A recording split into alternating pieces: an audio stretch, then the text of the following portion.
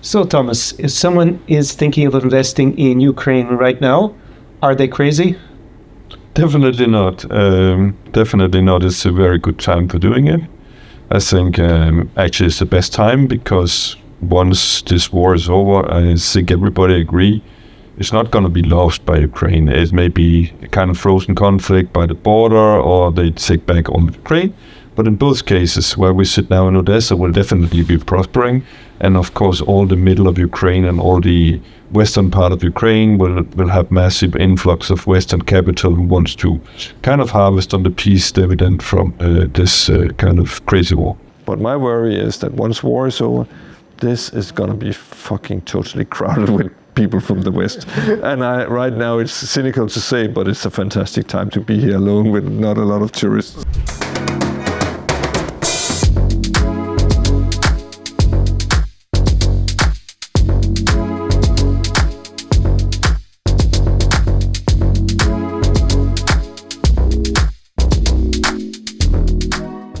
Привit, and welcome to another episode of the Vodka Vodkast with me, Conor Clyne. I am here in Odesa, Mama, with Thomas Sillesen. He is a major Danish entrepreneur here in Ukraine over many years. So we're going to have a conversation about what it's like to continue to invest in Ukraine with the Russo-Ukrainian War. It is June 2026 when we're recording this, and his experience beforehand, before the invasion, here with business in Ukraine and what he foresees for the post-war reconstruction era.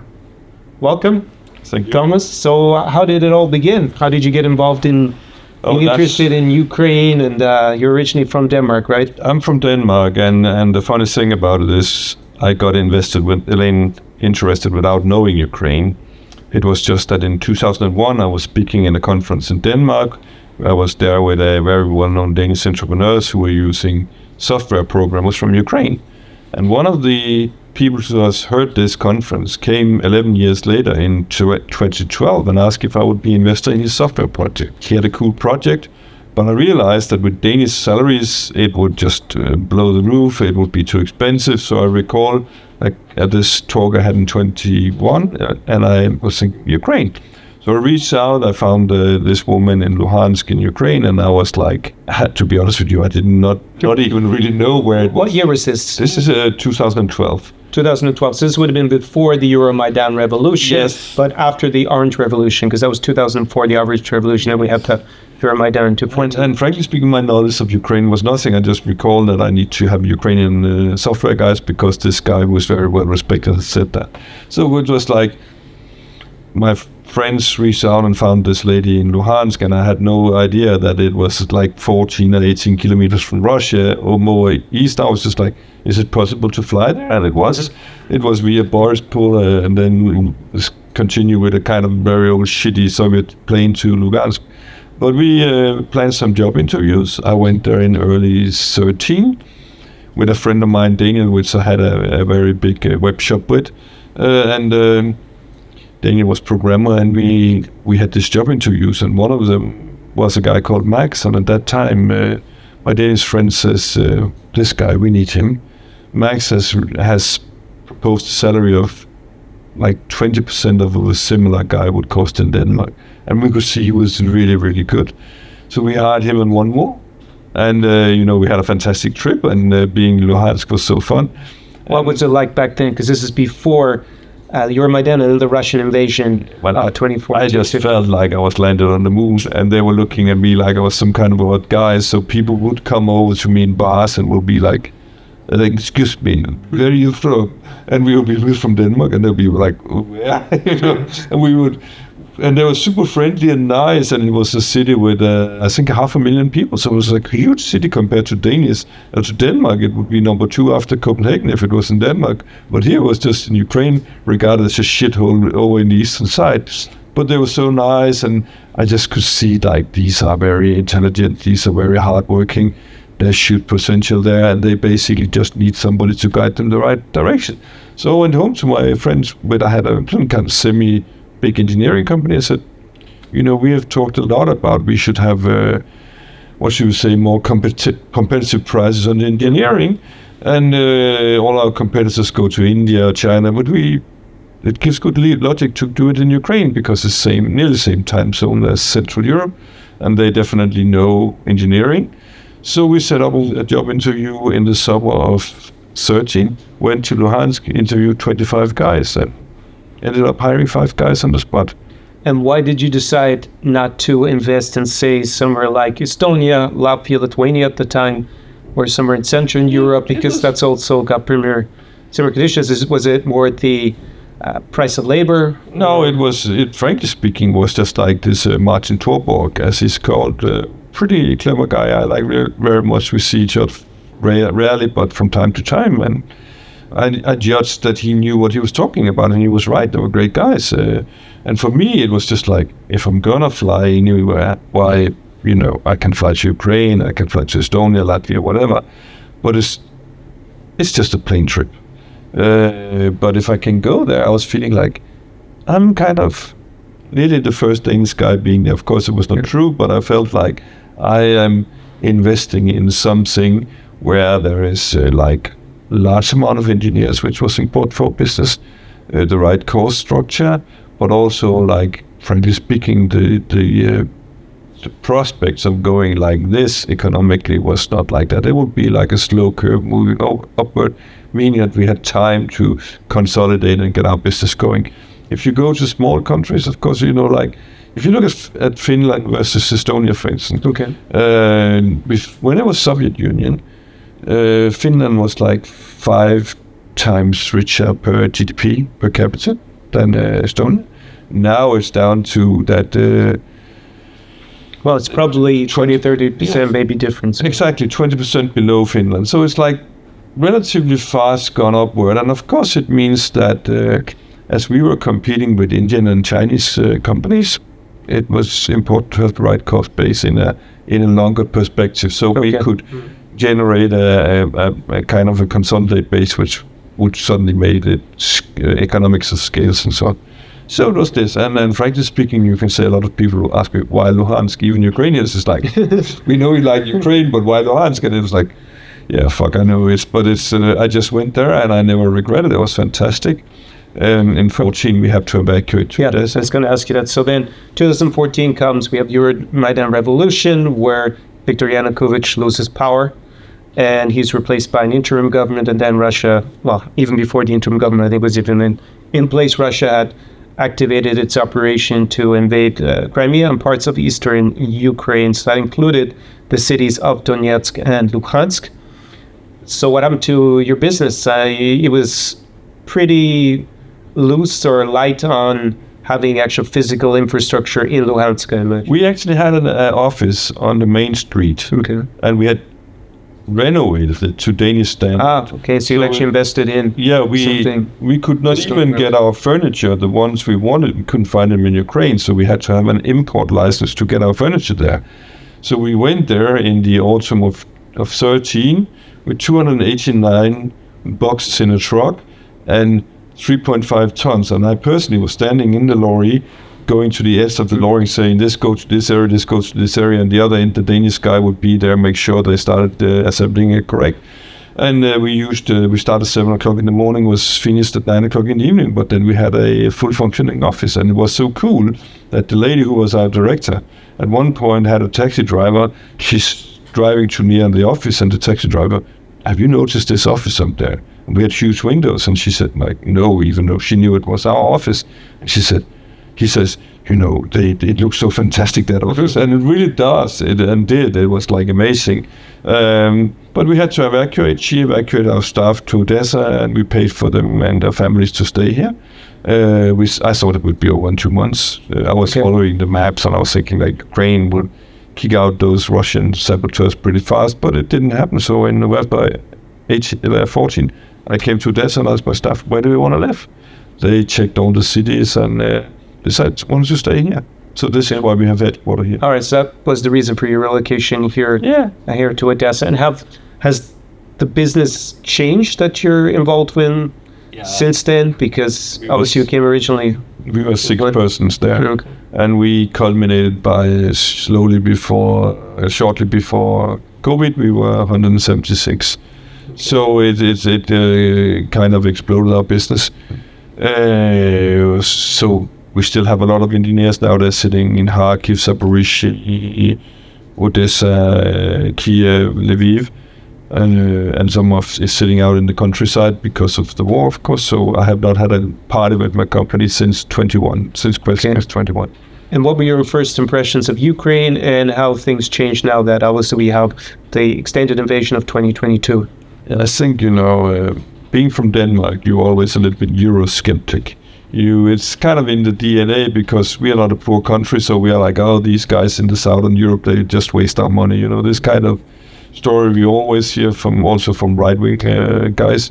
But it was like, when you come to Ukraine and you are in the middle of fucking nowhere, you realize nobody there cares about Denmark, but they cares about EU, because if they look to the east, they look to Russia, they look to the prosperity of having a toilet in the garden, they look... yeah, but it's true. I mean, 30% of all their toilets are outside, even some places only a Dumbledore and of... Russia, even before this war, was pretty catastrophic economically. It's only in the... St. Petersburg, Moscow, and some other big cities that they have any sort of reasonable standard. And if you look to the West, you look to EU, you realize that would be kind of rule of law, kind of decent pensions, decent school system, decent social security. Everything which, if you are like cynically said, egoistic, is what you want for your family. So it was a logical choice. And in 2014, when you drive from Borispol Airport to the city center of Kiev, each second light post had a Ukraine flag, and each second have an EU flag. So they're kind of very obviously what they were dreaming about the population. And I'm like, I don't really care about the political agenda in the way that it's very clear what the population want in this country. They want to have no corruption and have a decent life, and they want to be part of the European family. And I think it's for them there's a war. So for that reason, I respect them very much, because they fight so hard for a future, and they're not going to give up. It's like everything you would like your friends to be. They are having this kind of moral order, and it's amazing to see. So this was your impression also from 2014, not just from 2022. Definitely. Yeah, obviously I've been around here in Ukraine, and first came in 2009, and I started to notice a change that more and more Ukrainians working in Poland, they suddenly realized, hey, these Poles went from a lower GDP per capita in the 1990s to, several multiples of ours, and they made one fundamental difference in their strategy from Ukraine, which is that they didn't hang out in Moscow's orbit. After the fall of communism, they went straight beeline to the European Union and the Euro-Atlantic institutions like NATO, and Ukraine didn't. So that was, in my opinion, the fault of the Ukrainian elites in the 1990s. They didn't direct it that way. But anyways, that is what we have. And Poland, fortunately, and the Latvia, Lithuania, and Estonia were able to join these Euro-Atlantic institutions or the European Union before Russia became revanchist and strong enough to try to seize back parts of its former empire. And Ukraine was a bit of a laggard on that, unfortunately, but yeah, I noticed the change myself in the attitude. I think Ukrainians believe that they could become like Poland, and this is something they felt was attainable on a certain timeline, because they'd seen obviously Poland's development, and that's interesting that you also felt that from the very beginning back in 2014, not necessarily just from 2022. How has your business been impacted by the 2022 invasion, where obviously things escalated rather dramatically? It wasn't just Luhansk, but here in Odesa, we've obviously been under significant drone and rocket attack at times. Russians had a plan to seize the city. It failed. And the land operation to get this far, has it changed your pre-existing businesses, and has it changed how you approach investing? And on the morning of the attack, I drove from Dnipro to Odesa. I packed all our important documents in a van, brought them to a safe place. Then I went to the ferry to Romania, because I wanted to go over the Donau to be kind of sure not to go to Transnistria, because there were so many crazy rumors at that time. But I remember on that day was of course kind of stressful, because you had so much rumors about what was going on, as like rumors about parachuters, troopers in Odessa and all kind of shit. But But when I was sleeping in my car, because the ferry, they didn't give a shit about it's only 10 minutes, they were still only, for say, at least 3 hours. So it was not crazy. So amateur is unbelievable. But then, about midday next day, I was going, and I remember I sent a message to my former director that, Russia's not going to take this. It's too absurd. And I realized that everybody was fighting, and it was also a very touching moment because I saw all these guys coming with their wives and kids and put the wife and kids on the ferry and drive back to Conor. It was sad, but also very cool to see. And so it was like I went to Denmark for 3 months and I was dead bored there, so I missed Ukraine, so I went back in the summer of 22. And of course, everything was scarce, like, petrol for cars and food and so on. And supermarkets in Ukraine are far better than in Denmark, so they were a little bit low on supplies, but... So this was the summer of 2022? Yeah. Is that something that we face? No, it's not. And it's just, of course, and we're still here over 4 years later, and it's not like... look out of the window, you can't see any damage because, of course we have tons of attack. And the recent days we have had a lot of attack, but it's like, one thing is they attack, but the total damage is kind of limited because Ukraine are so good in defending. So I would not say that it's of course dangerous, but it's like it's a calculated risk. And like you go to Kiev, and if you notice, 90% of all attacks on civilians are drones that are flying into the top of high-rise buildings. But you are going as a foreigner to live in a hotel. And it's not like Russians are bombing hotels because they realize they can hit a lot of Americans there too. Wow. And they have hit some hotels during the war. They have. They're still here. Yeah, they have. But that they was... hit Premier Palace in Kharkiv, but it was like dedicated target. When they went for this Bristol, it was because they knew who was there. And they were going for those officials who were there, and they were not Americans. So it's kind of limited. But it's, of course, there's a risk. How did this change your pre-existing businesses? Of course, we had like all our customers, because it's like this, could not just cut out supplies to them. But obviously they didn't place a lot of new orders, but they just keep doing the normal business. And then, 3 months later, it was clear that, our guys is producing as normal. Our guys did all the hours they should in the start of the war, despite we said they didn't have to work and they could take care of family. But they all still produced these 160 hours they should do in a month. So it's like pretty amazing what they did actually. All right, so it didn't actually have a major impact on your businesses, ironically. Of course, if you are local, my business rely on Western companies who buy our services. If you're a local company, you had a decline of GDP on 30%. But since then, we have had a steady raise of GDP again.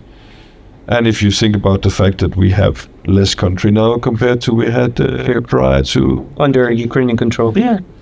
So it's like, I don't think I don't see it as, my favorite restaurant in 24 made one restaurant more of theirs in the center of Odesa, so it's kind of indicated that something must be doing pretty okay. Yeah, definitely in these big cities I noticed that very few of the establishments I used to personally go to are no longer there. I think it's only 1 or 2. No. And in general then there's obviously new places that have opened up in the meantime. So because a lot of the population has moved further west, of course cities, even if the total population is lower, doesn't necessarily affect here in Odesa and even in Lviv and other cities in the west of Ukraine. The population is actually higher than it was pre-war, and price of real estate has gone up. What new businesses have you started to invest in with this invasion? I'll just say that what we see is, yes, some move out, but it's often because people don't like all these alarms. And if you're kind of affected negatively about it, you move out. Those who are not affected by it stay. And you're staying, I'm staying. So it's kind of, we don't take it too seriously. Of course, we take care. There was a missile attack yesterday.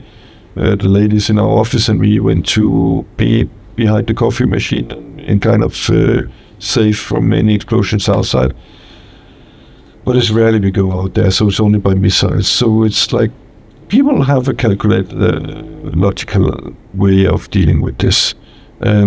What we have done ourselves is like you can say when COVID came, all our guys started working home. Then came Odesa. They are just used to it, so they're not in the offices anymore. This is our headquarters. We are here, but our Kiev office, we transformed into Danish Ukrainian Business Chamber, which we do with Danish Industry Association, which is the biggest industrial association, where we help Danish companies establish themselves in Denmark. And we've seen a huge growth from when we opened the office in December 14, where we had a Danish Minister of Business, Morten Bødskov, came and opened it. And there was 23 companies represented from Denmark there on that trip. Last trip is about 3 months ago, where a big delegation came from Denmark, and now there were 53. So in a year and a half, we have seen more than doubling of the interest from Danish companies. It also means that some Danish companies have established themselves in our office, use this as their hub. Our administration take care of everything for them. So basically, if you're a Danish company, you want to invest in Denmark, you go to us. You don't have to set up your administration, your management, everything. You just have to focus on your sales and get your sales going. It reduces your cost, and in the long run, of course, you one day may have your own director, one day have your own administration. But for now, the entry cost of getting into the market and have the right guys to sell is pretty easy and not expensive, and you just have to find the right sales guys. So one of the guys that works with us is a company called Levitate. They started up about a year ago with one sales guy coming from Denmark. Now they have hired an English guy to help them. They have hired a Ukrainian lady to help them. We still do the management for them, but they're growing their business, you can say sadly, very rapidly. And I say sadly because they do prosthesis for people who have lost their legs during fighting. Yeah. So it's a result of the war that they have in business. So I think the market is there. We see a lot of Danish defense companies are there. We see companies who has worked on gear for making concrete is there. We see some guys doing wind turbines, guys doing some kind of battery storage in huge scale. There's a lot of these guys coming in. So I think a lot of guys is doing it. I think the biggest problem for companies establishing in Ukraine is they come and they see the potential. And I have not talked with anybody who don't see the potential. People come here, they agree they have the potential. They have maybe taken 3 days off to go to Ukraine. Their problem is when they go back to the reality of a full working day, because it's not like these guys come and have only half-day job and they come to see if there's something that could fill out full-time. They come here to investigate, but when they come home, they go home to day-to-day operations that fill their days, and they rarely have the energy and time to actually do what they think is right, which is to invest in Ukraine. We talk with a lot of companies we reach out to after, where they're like, yeah, we saw the potential is there, but, frankly speaking, we are so busy at the moment in Denmark that we don't have the time to start out there. So this is the main bottleneck that it's like getting them to allocate the resources to doing it. And we try to do it to make it easy with this Danish Ukrainian Business Chamber, because obviously the less cost you need to invest, the easier it is. You need to have a good Danish guy for sure. You can send here, but then we can take care of everything else, and it works pretty well. So percentage-wise, what percentage are investing in, defense industry and in other projects, maybe real estate? I'm not sure. What kind of business are they? I mean, the first movers is, of course, the defense guys. I mean, there's a huge defense market here. There's no doubt about it. There's both guys coming here to invest in Ukrainian companies, but there's also like Western companies coming here to sell the product they already have. And there is a lot of both. We see that. I mean, you have so many startups in Ukraine that in defense is unbelievable. And you have so many Danish defense company. I think everybody's here already, trying to get a share of their market, and setting up organizations. And there's so many good administration, middle management, salesperson in Ukraine they can work with. So it's pretty well going.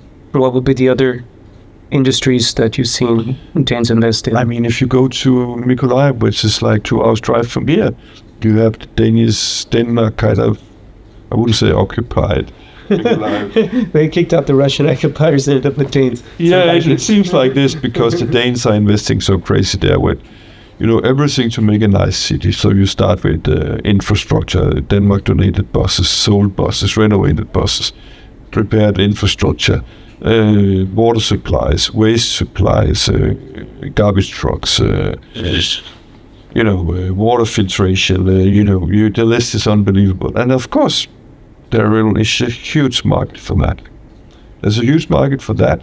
So it's just like companies who are specialized in this should come and just go a little bit further east than Odesa. And they will find this. It's like a no-brainer. Then the other thing is if you're into real estate in the way of building yourself, it's like very easy because you have, as you said, population growth in Lviv and in the western parts. So of course, people need housing. A lot of people is now renting homes that some other people left for you outside of Ukraine. But the point is that a lot of these persons realize that going back to east of Ukraine is not going to happen straight away after a war. Because it's not like you switch on the light and then suddenly these cities are fully working again.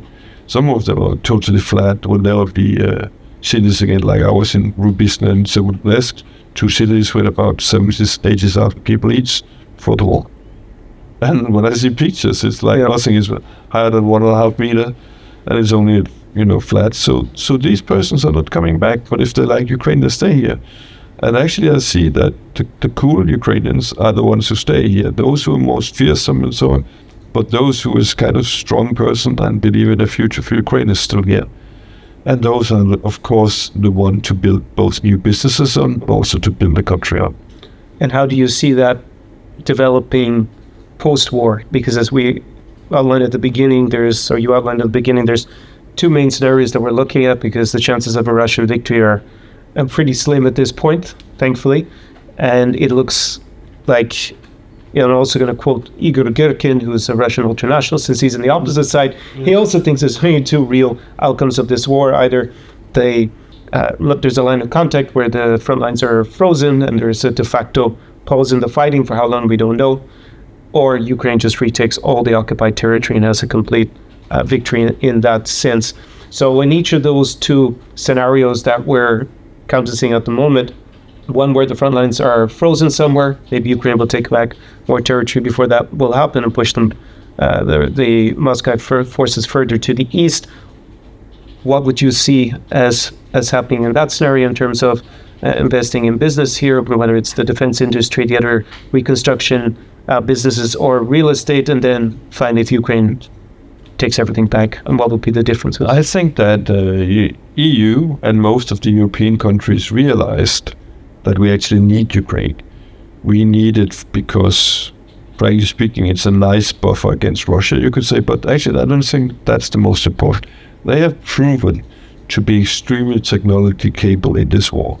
We have seen Spider attack where they, attack bombing machine fighters far away from on the other side of Russia, actually, in Siberia and so on. So they have proven to be very, very, very intelligent people.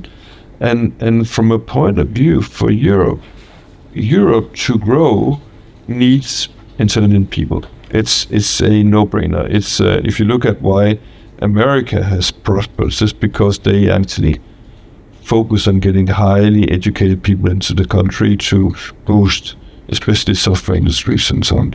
EU realized we need the same. They just made an agreement with India to get high qualified Indian in for the same reason, of course. But here we have a country that can both boost Europe with high quality persons, and a lot of these persons has good education. It's pretty common to see persons with 2 master degrees in Ukraine, which is rather unusual in Europe, I would say. But here it's like people understand education is the future. So they're very well educated. At the same time, Europe realized we cannot let this year lay as a wasteland when war is over. So they need to invest in improving it, which automatically, when you throw in a lot of money to a country, you will see extreme growth. So it's like so easy. It's just like, look at this country, look at the level of GDP now, and think about this country with Western investment, where is it going? And I'm from Denmark, and we have a slow GDP growth per year. But here we are going to see like boom craziness. So you can make this investment here, it's about neutral or small profit. And you just realize as the economic grows, it will also grow the prosperity of the investment. So it's like a no-brainer. It's really, really simple. And I would say it like this, the biggest hurdle is in people's head, because they're like, it's war. And you and I know it's easy to live here despite of the war. And I talked with some people at a kind of a friends meeting some days ago. Danish defense guy was there, and he said his bosses don't want to go to Ukraine; they're afraid, but they want to invest here. Yeah, so they the money, but they so it's like, and he said, but I'm here, and I realized that this is not really dangerous. And it isn't. I mean, considering how many employees I have had in my company, I've had going through the company maybe 300 employees over the years. As far as I know, only one is dead, and 2 has been. It's 1 out of 100 has been damaged in one way or another. I don't think that's kind of crazy if you consider that they are men in the age of 30 to 45, which basically means going to the front line is pretty obviously they will be kicked into the army. So in that respect, coming from the foreign countries and you don't have to go to the front line, it's like a no-brainer. Yeah, but in terms of the outcome of the war, at least the medium-term outcome, do you see a difference if there's a freezing at the front lines versus a full Ukrainian victory in that scenario, and how would that affect your investing? Yeah, of course, it's like if there's a frozen on the front line, you would not go to Kherson, for instance, to invest. You will stay at Mykolaiv as the furthest eastern you go. If Ukraine win, you will go all the way, of course, because obviously it will be like the more eastern you go, the more prosperous. And frankly, I believe that Ukraine will win. There's no doubt about it, because I cannot see the freezing of the front line, because now it's just like drones flying and killing Russians. They will fly and kill Russians even if they try to just freeze the front lines. And Ukraine is very prosperous in doing this, so it's like a no-brainer. And at the same time, Russia's economy is definitely worse than you and I are led to believe if you listen to Russian media. But reality is definitely worse. Yeah, for sure. Russia has been in a recession, no matter how they try to massage the numbers there. They're basically on the precipice of a major retraction in the economy. So you don't really foresee a freezing of the front lines for very long? No, I think actually Russia will collapse due to this. And I know that a lot of your listeners would sit in Europe and think, oh, that is not true because Russia is strong and so on. But if you look at it, Ukraine have about 50 of the richest countries in the world helping them, which means that even small donations in percentages has a big impact in this country. Then you have Russia, and we hear about that, they get money from China, they get blah, blah, blah. But no, I just see that Chinese earn a lot of money selling parts to the Russians because they have no alternative. I see the Indian guys doing the same. I see the Iranian guys doing the same. All of these 3 countries have challenges of their own, so they're not like typical donor countries. But of course, if you look at historically at China versus Russia relationship versus Soviet Union, they had conflicts over the years. Yeah, they had a border war, and they're not really allies. They're more friends with benefits for them all. They're not very committed to each other. Historically, they're definitely. And yes. And of course, you see, Americans do the same. They want money for the weapon deliveries, but like Denmark and a lot of other European countries, we just donate. And it is pretty nice to have somebody who pays the bill for you. 100%. So in the medium term, if not the short term, because I think it'll actually be in the short term, we will see Russia in some ways lose this war either to a full defeat, or they will have to freeze the front line and give up, and there is strategic objectives. Where do you think are the misperceptions in the Western media at the moment? We think we've touched on it there, which is the situation in the war militarily. No, I think the biggest misunderstanding is understanding Russia. It's like, I mean, I had this discussion recently, and they will refer to some polls in Russia, and they will be like, yeah, they're not totally correct, but you can trust them to a certain degree. And I'll be like face palming and think, are you fucking out of your mind? I mean, think about when Eastern Europe collapsed and became part of Western Europe. It was not like 80% of the Eastern Germanians wanted to continue in Eastern Germany, despite we had heard fantastic statistics about it. It was like we just suddenly find out it was all lies. And it's the same with Russia. The idea that they want anything else. I think it's very uniform that people, no matter where they are in the world, want the best for the families. That's the first thing. The kids to grow up in a safe world, have a good education, and they know they have a kind of a good future.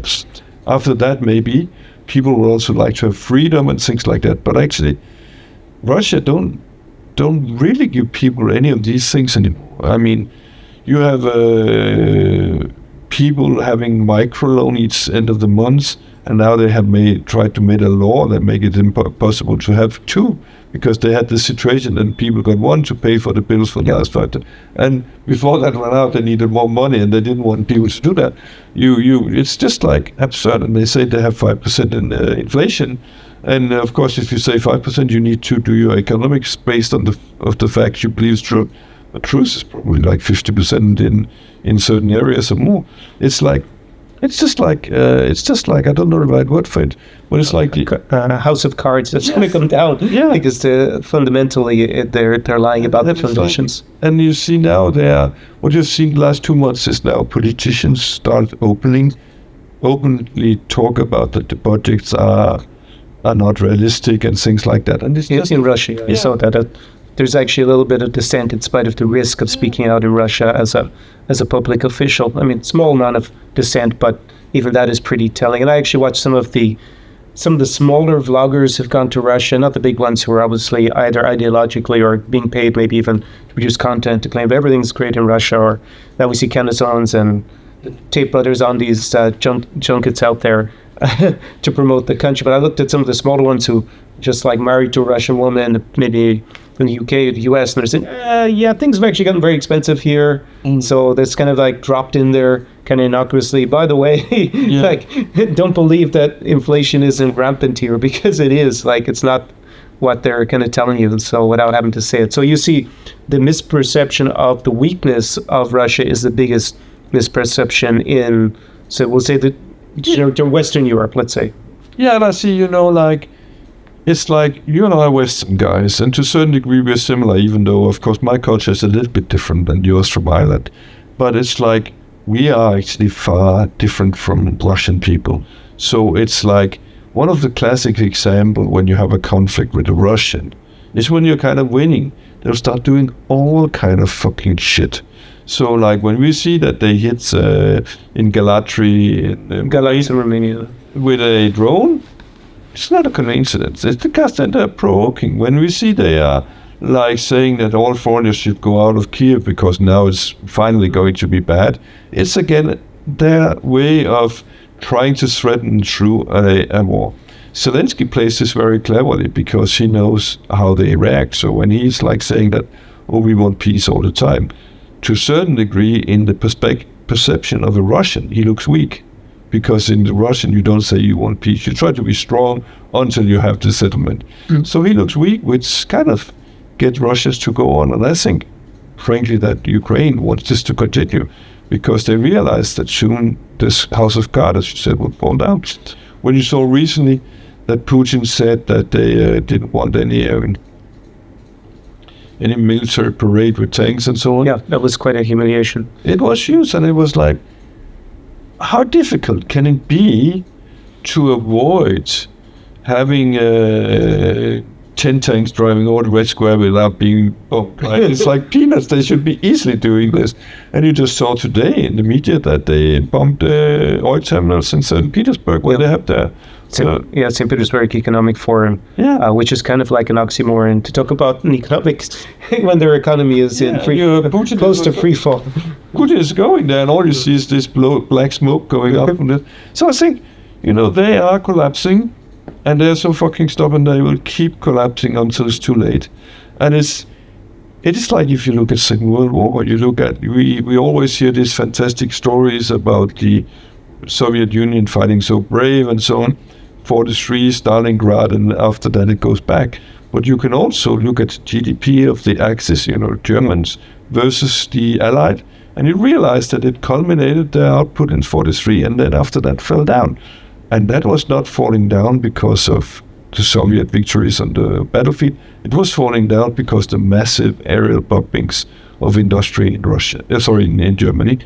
And of course, you can go around saying that you have the world's best and coolest army, but if you can't supply them with gear, you have a problem. Yeah, that's becoming clearer and clearer as Ukraine has stepped up its interim strategic we'll bombing attacks, even though they use drones rather than missiles. So yes, I think that Russia has culminated. It's clear now. And that's something we've been expecting since 2023, when it was clear the Ukrainian summer offensive hadn't realized its goals. Right, we were over optimistic about what we would achieve then. On the back of liberation of Kharkiv Oblast and the city of Kherson. And it's also because we are taught, and I have discussion with Danish journalists who's covering this war, and they're like, but they didn't conquer. We need this battle, and we don't need a victorious battle. This is a very naive thing. We need Russia to collapse, and that's what Ukraine is playing on. That's also why each time Ukraine have attacked, you mentioned Kharkiv, we want this incursion into Kursk. Yep. They stop at the moment when they get real resistance, because they don't want to waste Ukrainian lives.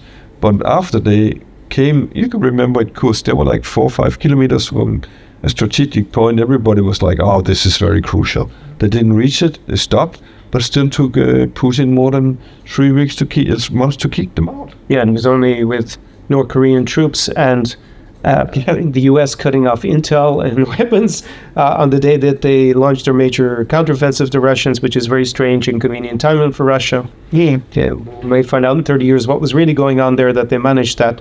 Do you think that in terms of investment, that there's still first mover advantage in coming now, and should people wait until the end of the war? This is the perennial question that keeps coming up. Like, do you think it's really worth coming now?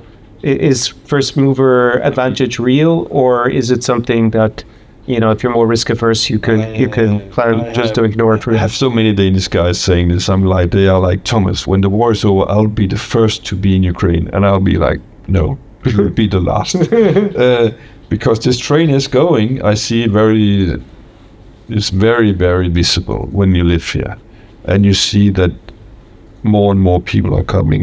You and I was at the Black Sea Security Forum. It was first time for you. I've been there all 3 years.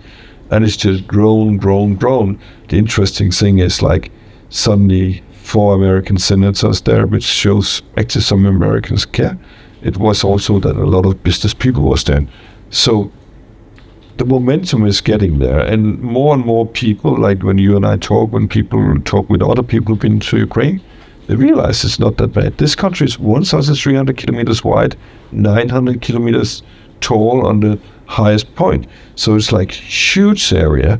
So the chance of you and I being killed here is probably less if we're going to be killed by the war compared to being killed in the traffic.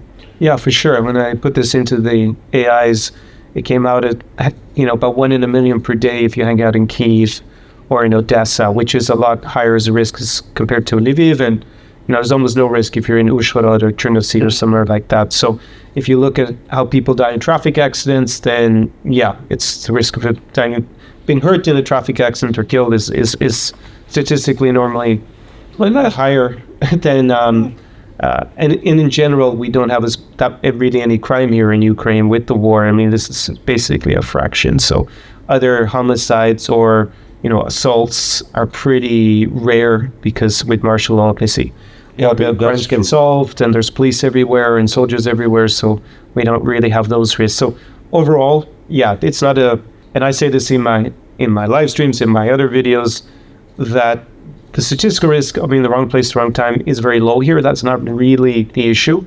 The issue is more the psychological impact, because we do have air alerts several times a day normally. You may hear explosions. You may need to go to an air shelter. I do it pretty rarely, once every few weeks maybe, when the risk level I think is warrants it. And yeah, you could see smoke on the horizon like the people of St. Petersburg are seeing this morning, right? Over there, because things have been blown up overnight, or you might see tracer fire in the sky. So how should that impact people's calculations? First of all, if we consider we are at war, and if we consider the massive amount of weapons who obviously must circulate in this country, the amount of weapons I see carried by civilians are zero. I'm used to look for concealed weapons, and I only saw one, which was obviously a bodyguard at a restaurant with somebody else. Other than that, I've seen nobody even carrying a hidden weapon. So it's really rarely, and I have lived here in Odesa, and I have lived here since 19, and I have never seen a crime in the, like a fighting or something like that. So I find it's extremely calm place to be, which is of course crazy considering that it's a war. Even if, as you said, there's police and there's soldiers, because they're not everywhere. It's not like living in a police state. Actually, it's not like you don't feel intimidated in the country, right? So it's just how it is. It's just a lovely country. To put everything into perspective, last year, from 1st of January to the 13th of September, 4 persons died of air raid in Odesa Oblast. In Odesa, by the 30th of September, we had a flooding because of huge waterfall, and 11 or 12 persons died in basements in this city. So like factor 3 died of a natural kind of catastrophe compared to the war.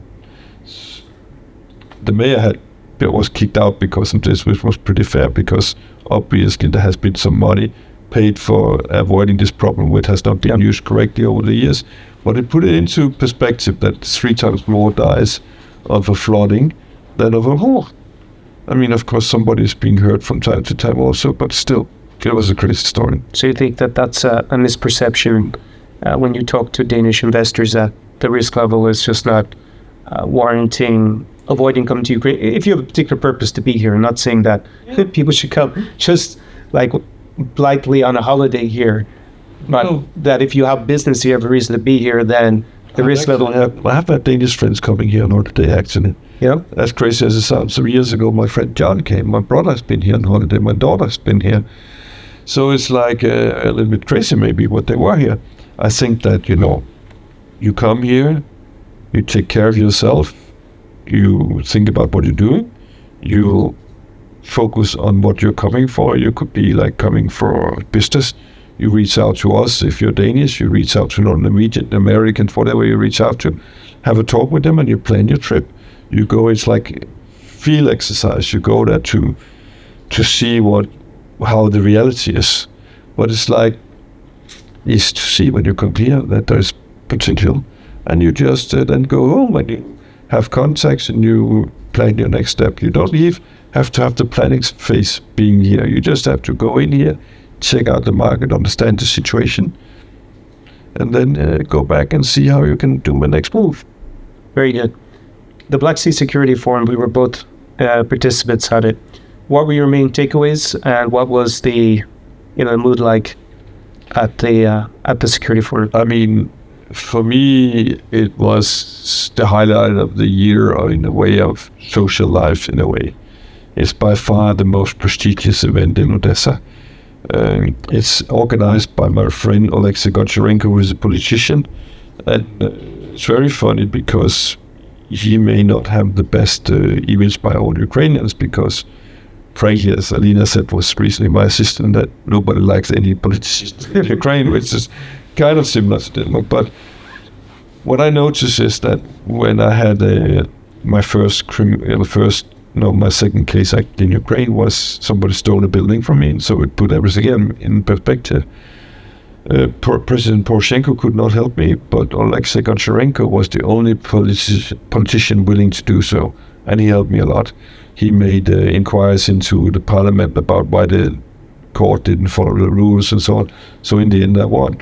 And when he kind of did that, everybody was thinking I was the loser. And in this culture you have here, you don't want to be on the losing side. Everybody avoided me because they think I was a loser. Once I was close to winning, everybody was like clapping my shoulder, you'll win, and everybody was like, but he was there before that situation, and for that I highly respect him. And he made this event. The first year was in Bristol 2 years ago. Last year was first time in the Opera House, and this year was in the Opera House. And it was amazing. It was interesting. I like to see all these politicians who is kind of relaxed and nice to talk with, and I hear their views. And to a certain degree, I don't hear anybody who do not confirm my views of the situation. Because in fact, the slogan, at least on the banner for the security forum, was "End game?" ? So I think that's the zeitgeist. Yeah, it was the first forum was a chess.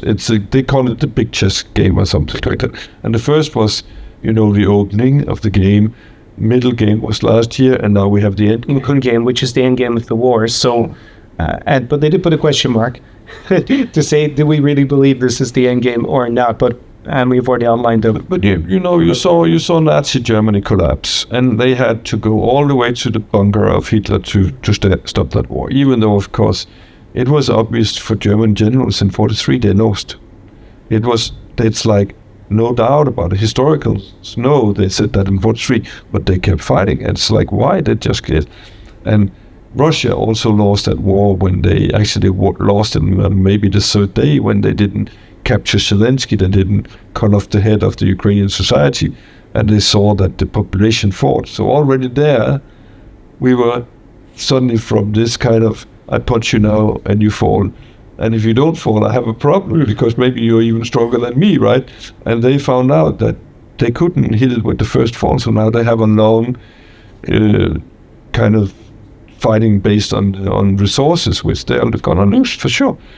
And so we are in the end game, for sure. And it's just a matter of how long it will take before the Russian society decide that they cannot live with Putin, because that is going to be the end. He cannot pull back now because he ruined the Russian life too much in the way. Like all the oligarchs would like to go to Monaco and Europe again and show off all their wealth, and they can't do that. A lot of people can't even go to Ukraine anymore from Russia. They want to do that because, as strange as it is, they both hate our country, saying we are not good Christians. On the other hand, they love being in Europe and showing off at the same time, which is kind of odd.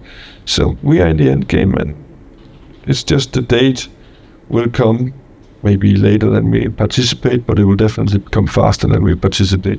Yeah, my prediction at the start of the year was 50% that the fighting would stop at some point in 2026, but if it doesn't, it'll be 80% in 2027. So still unclear. Recently, Budanov, who's now moved from head of intelligence to head of the president's office of Ukraine, has started to talk about that the fighting stopping this year is the first kind of indication we've seen from many Ukrainian officials. So that's already kind of interesting that it's been put out there as a possibility. But we'll find out in due course whether this endgame lasts until the end of the summer or it's going to go on until some point in 2027. But I'm pretty confident that it'll end in 2027 personally.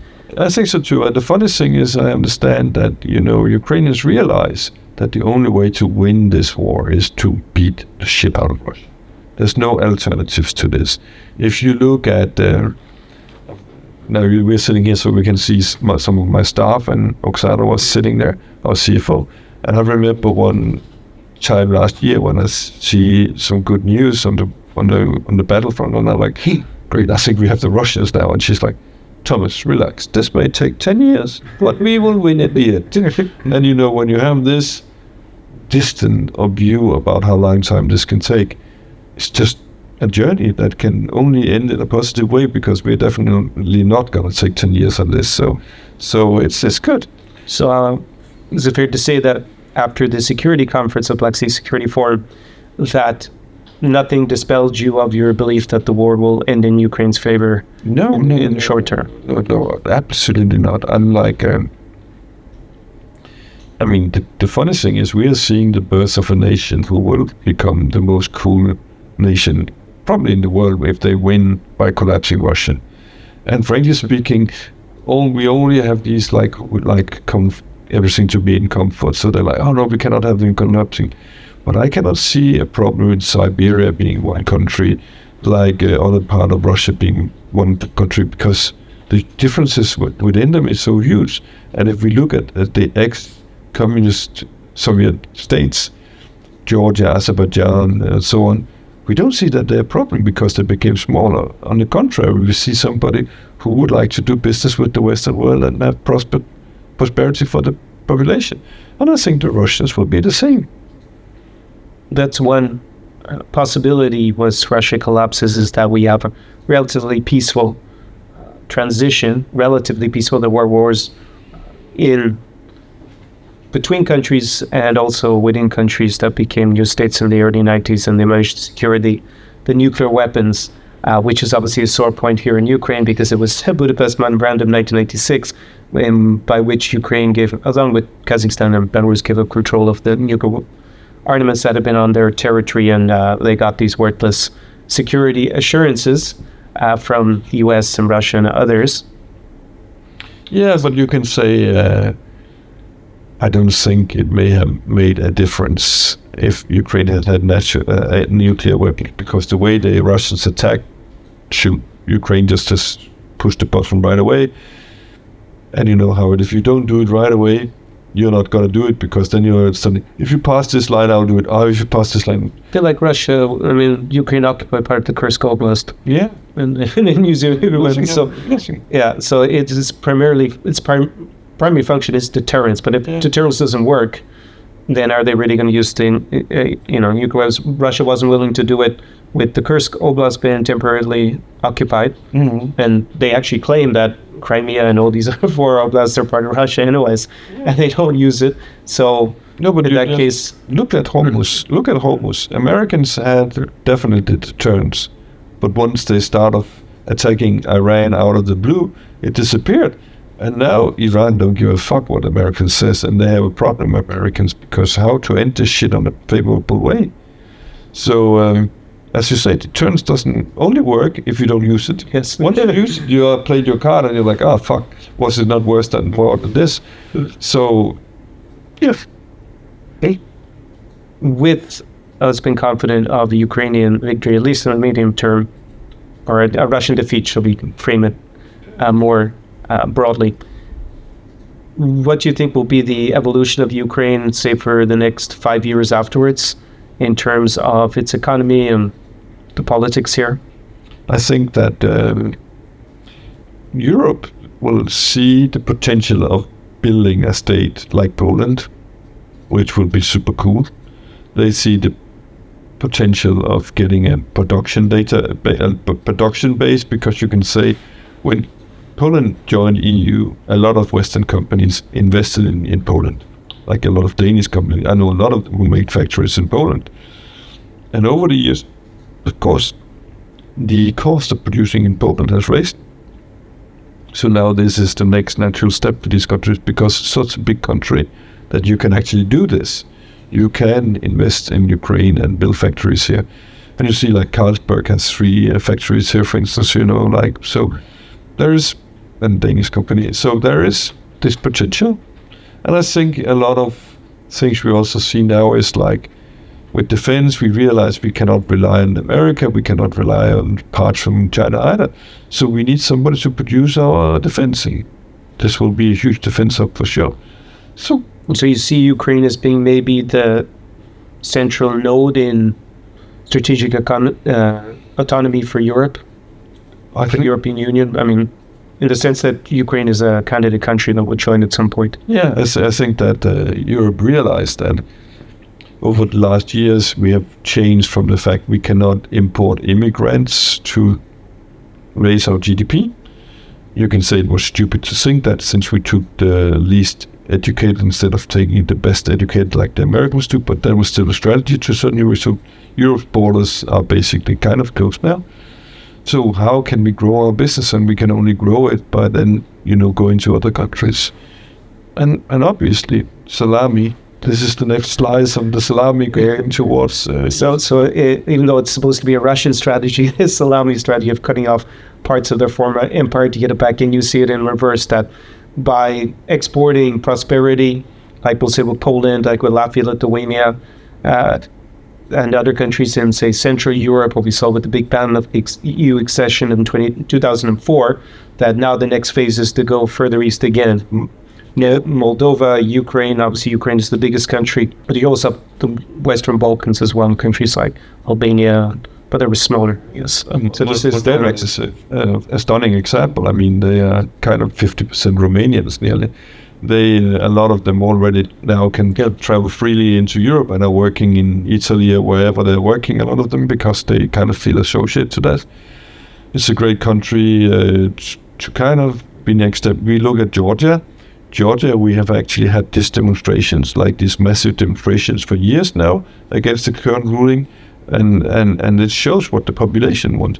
We still have these kind of like what we saw with Orban, these kind of corrupt leaders in the states. But actually, I think, the trend is toward that people want better countries, governed better, and based on no corruption, based on some kind of democracy and fairness for everybody.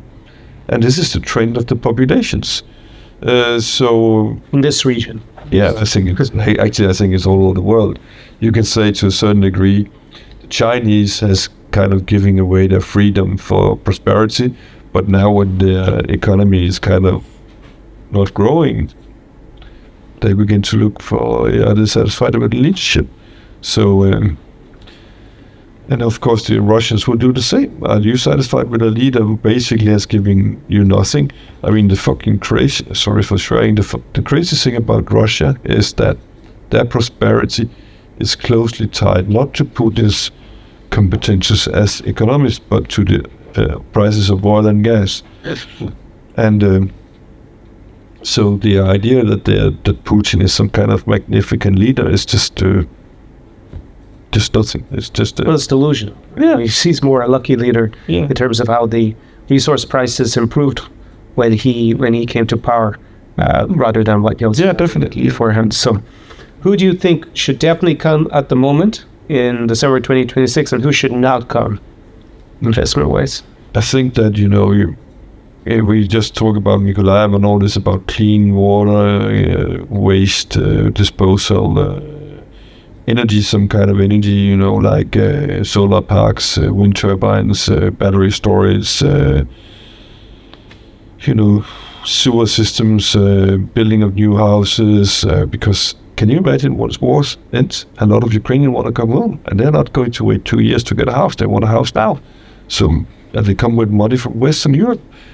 It's got to be massive. Then you have, of course, companies supplying all kind of food or lifestyle products, even though Ukrainians are good at this already. You have investors who want to harvest on the defense area, because even when war is over, you still have to demine huge amount of area. It's just, I think to a certain degree, it's just a matter of, are you in Western Europe having a good business, doing something good for your customers? If you have that, go over here and see if you can be as good in servicing customers here. Because all business coming down to good service to your customer, the right product, and that you're honest. It's kind of, if you take these things with you to Ukraine, you will see if your business fits in here. I mean, I know guys who sells agricultural machines to here. Maybe not you, that refurbished machines from Western Europe. You have biomass, biofuel plants. You have, the list is so crazy. It's just like, go over here, try it. Or just bring your business, and if the market is here for it, and even if not, it'll probably be post-war anyways, because there's going to be such an economic... and from when you come here first time till you have a business, it's not going to be like this. It takes time. So go over here on an excursion, see what potential you have. Use the time to find out, because boots on the ground and seeing reality here is better than sitting and looking at macroeconomic spreadsheets, things like that. Oh, sure. If you could sum up succinctly, why are you currently doubling down on Ukraine? Yeah, but it's like, frankly speaking, I mean, one thing is to do business, but another thing is to do it with nice, honest, hardworking, intelligent people. If you go to work each day, it's nice to go to work with some really cool people, and I do that. I mean, with all respect for Denmark, I think my staff here is cooler. So I love being here. I mean, I feel... So it's also quality of life within the business. Yeah, I feel like stimulated and intellectual by going to work here. I love being here. It's fantastic. It's not a day where I don't laugh or smile or having fun at work. Even if something is really shit, there's always something to smile of and work on. So I love being here. It's fantastic. Awesome. Okay, Thomas, I think we'll wrap it up there. And it was great to have you for the first time on the Vodka Vodkast, and hopefully not the last. We'll definitely be doing one post-Ukrainian victory in this war. With passion. Yeah, hopefully that will come sooner rather than later. Slava Ukraini. Slava Ukraini. Do перемоги. Are you considering spending an extended amount of time, or maybe even relocating permanently to a country in this region, the one that I dubbed New Europe? Then you should consider investing in a consulting call with me, Conor Clyne. I am your insider for this region, not only to help my clients with this country and this city, which is Odesa in Ukraine. We got the Odesa Opera House right behind me, architectural wonder of this part of southern Ukraine.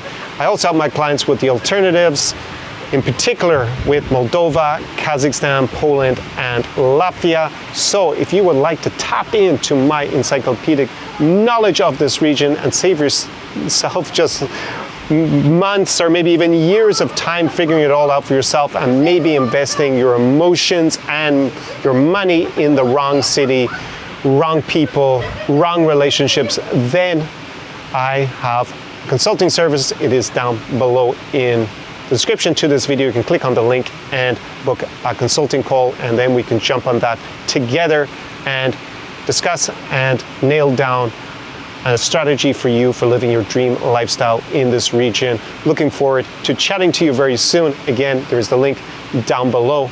And on this fantastic late summer's early autumn evening here in Odesa, Mama, I bid you a do pobачення, just goodbye in Ukrainian, and speak to you soon.